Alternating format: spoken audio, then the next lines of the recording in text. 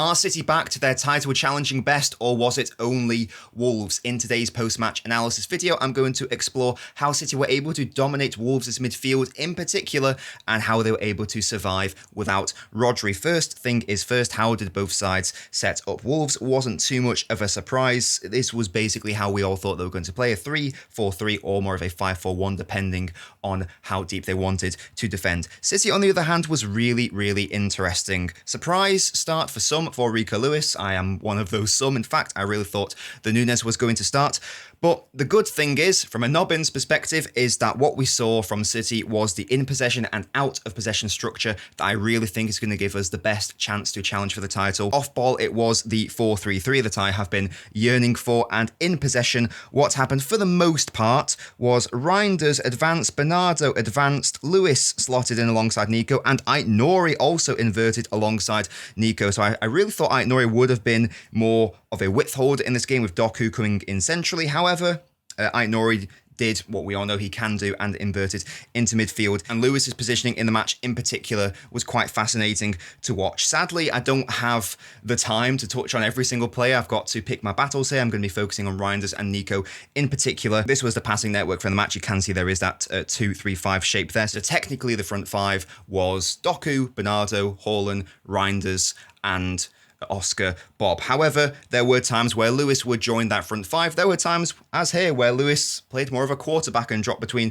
the centre-backs. There were times where Lewis would push out into the left-hand side of the pitch and also the right-hand side.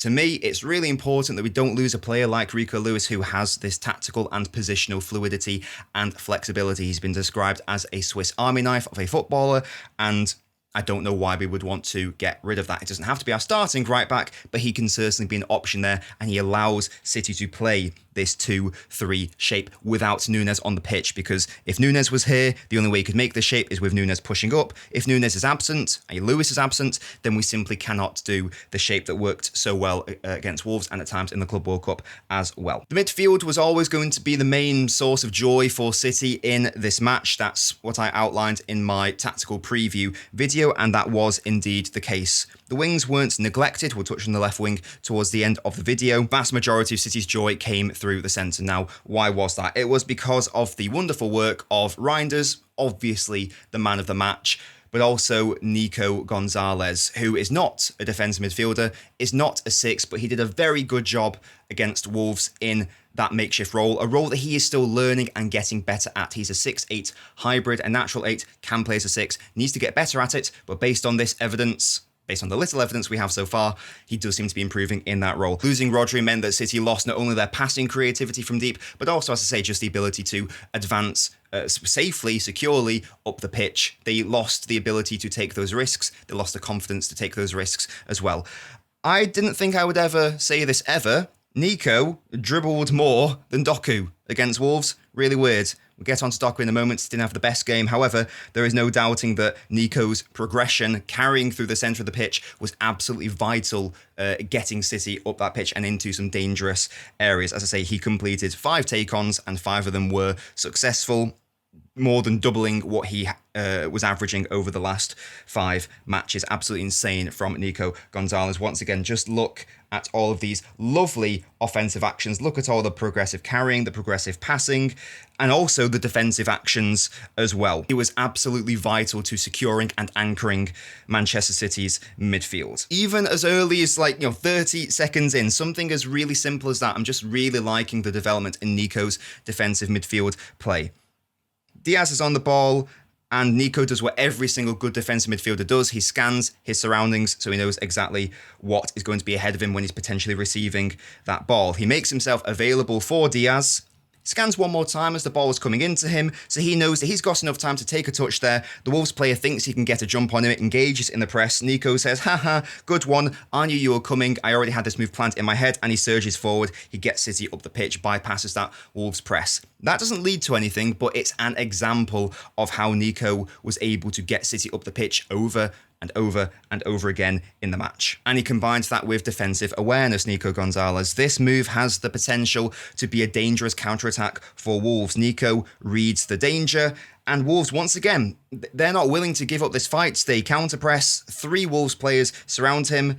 Nico does not panic, and he literally just plays it straight forward. Once again, breaking the lines of the Wolves players. He's mugged off 3 of them there, got his team into a really advantageous position from a potentially disadvantageous position. Surging through the midfield.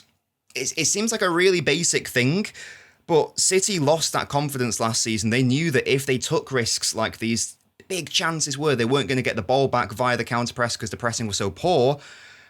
It's the exact opposite here. City have a bit more confidence in themselves based on this match, allows players like Nico and Reijnders to take these risks, and we'll get into Reijnders, don't you worry. Of course, there is room for improvement. He is not a natural defensive midfielder at the end of the day, and I would say this is maybe Nico's biggest weakness. We only saw it a couple times against Wolves. This was the best example I could find. There were also some times where he should have passed forward.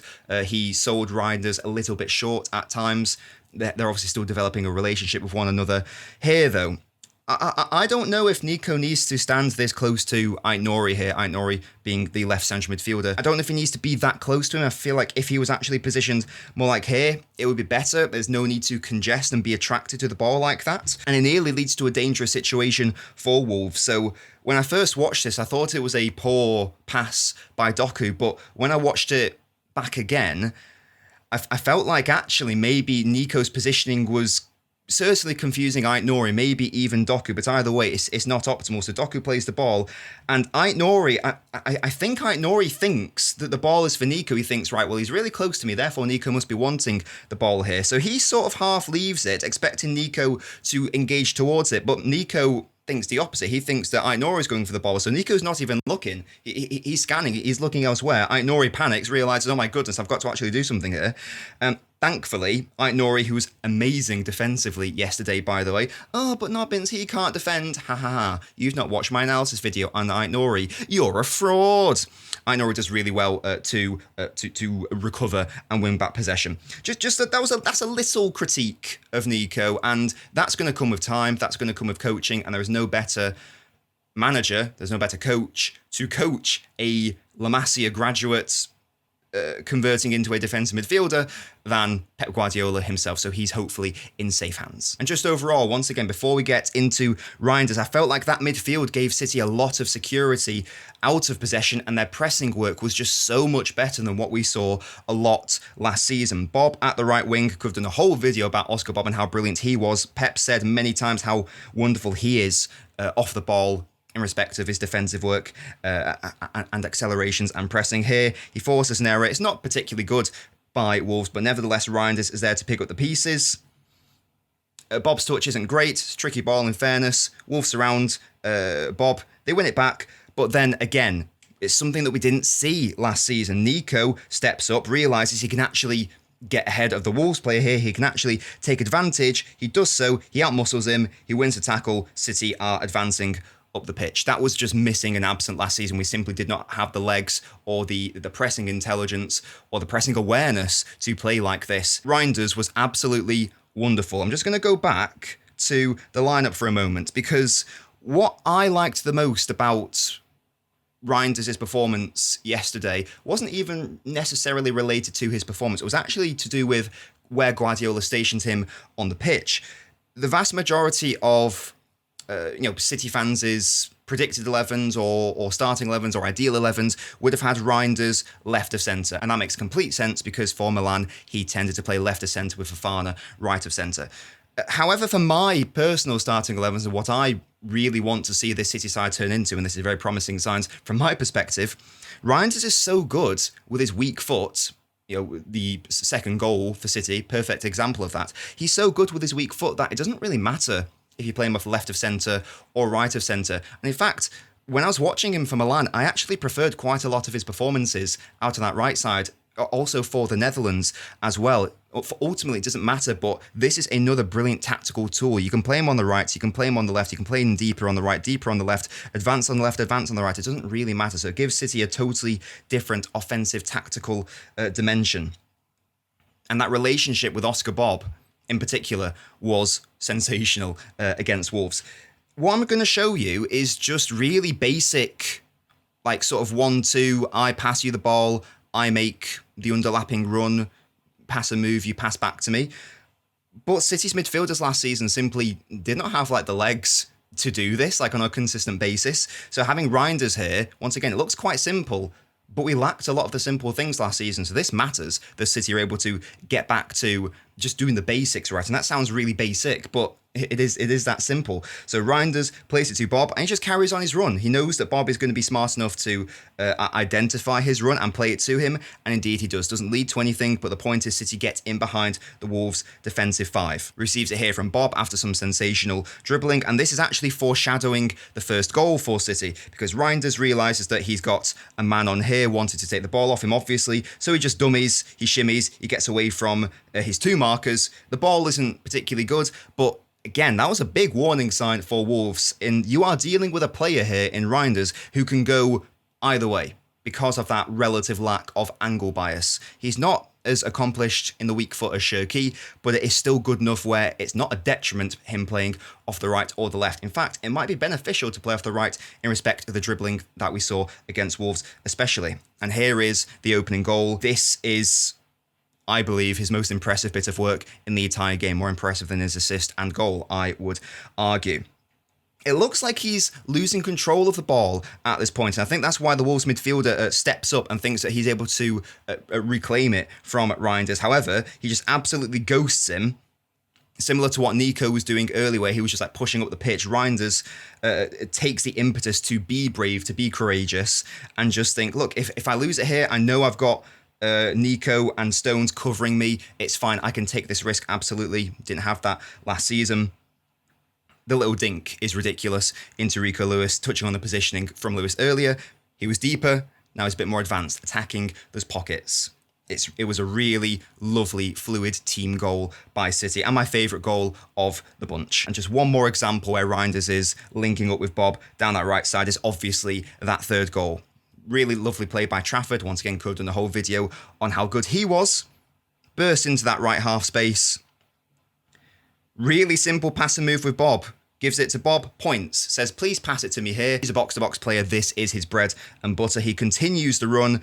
Again, really basic. I keep saying it. None of our midfielders were doing that last season. He spots the run of Haaland and the weight of the pass is perfect. City's midfield was the reason why they were able to beat Wolves. Lewis's positioning created an overload that Wolves simply could not handle. Noria was absolutely tidy in the midfield. Bernardo, who I've not really touched on today, did everything right in respect of what was asked of him, outside of one offensive thing, which we will get into. And hopefully this chance-creating zone plot illustrates what I'm saying.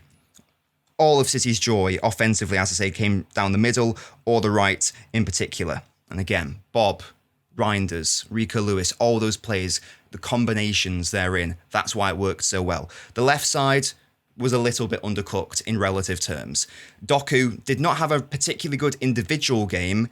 However, he also didn't really receive any support from Aït-Nouri or from Bernardo Silva either. Aït-Nouri clearly given a more reserved role, technically playing as a midfielder, rather than this thing where we saw in the Club World Cup where Aït-Nouri would advance a little bit, often would even rotate with Doku a little bit, and that would be to Doku's benefit. Doku continually was left on his own. There was only really one or two moments where Doku got to this position and then Bernardo Silva made that underlapping run in order to bypass Doherty and indeed the Wolves' defensive line. Outside of that, Doku was left pretty isolated, and that was quite disappointing from a team perspective. That's definitely an area that City can look to improve in respect of those dynamics. 100%. So I do partly blame Doku for that, but at the same time, he was hung out to dry a little bit by the lack of offensive support from Aït-Nouri, but also mainly Bernardo Silva, I would say.